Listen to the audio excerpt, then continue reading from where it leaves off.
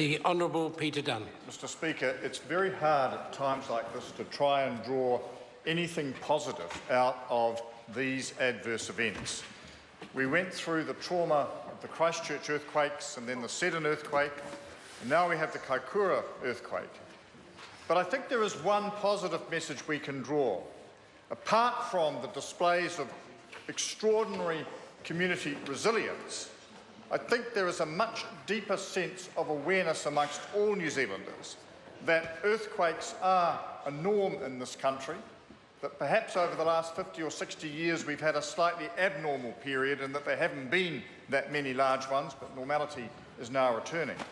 And that as a consequence of that, a lot of the frivolity, bravado and casualness with which we approach the earthquake risk in New Zealand historically has gone away.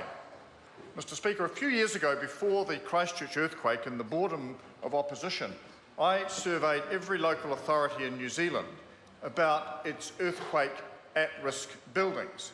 I received some extraordinary answers from the Auckland City Council of the time that said they hadn't updated the list since 1956. The then Wellington City Council said, we don't want to make the list available because it will scare people. But the best one of all was the Oamaru Council, I'm not sure it was a borough or a county or whatever at that point, that said, we don't have a problem in Oamaru because we build our buildings from Oamaru stone, the safest substance known to man. Mr Speaker, how things have changed.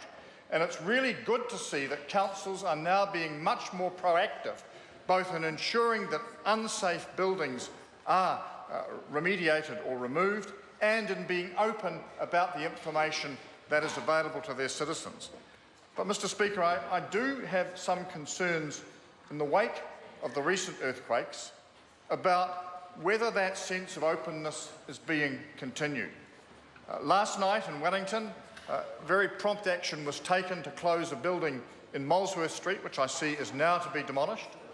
Earlier today, a building in Tennyson Street in the central city has been evacuated. And so it goes on. That is good, but we cannot put a cloak of silence over some other events. Mr Speaker, there are many buildings in and around central Wellington on reclaimed land that are likely to be at risk. And I say the sooner the public is made aware of that risk and that information, the better.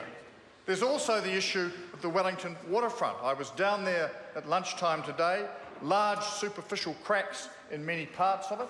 There are questions of safety, I think, not just in terms of the public safety, but also our economic safety. Is this port going to be able to continue to trade as it has done of late? What are the impacts for the regional economy and beyond of that? I don't want to sound as though I'm sounding a churlish note. That is not my intention.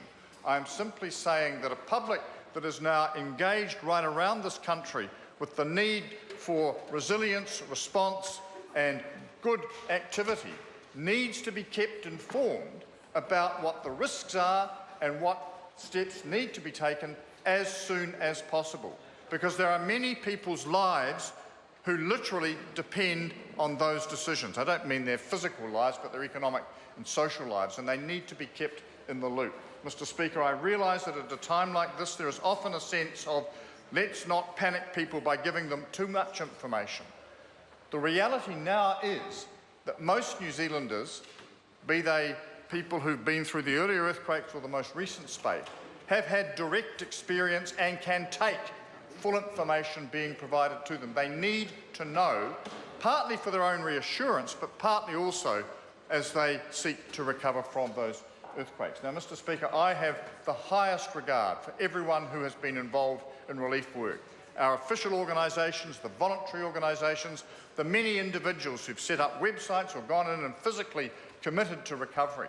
And that is great. That's the good thing about being a New Zealander. But, Mr Speaker, it's also important that at this time we work together honestly and openly at a political level, at an organisational level, at a community level to first make a response and secondly to ensure that our communities remain resilient and active for the future. Mr Speaker, the next few days are going to be difficult for all of us, whatever our station, whatever our situation. We need the confidence that we're all working in the same direction for us to get through this. I have confidence that we can do it as a nation. We've done it before, and I'm certain we will do it again.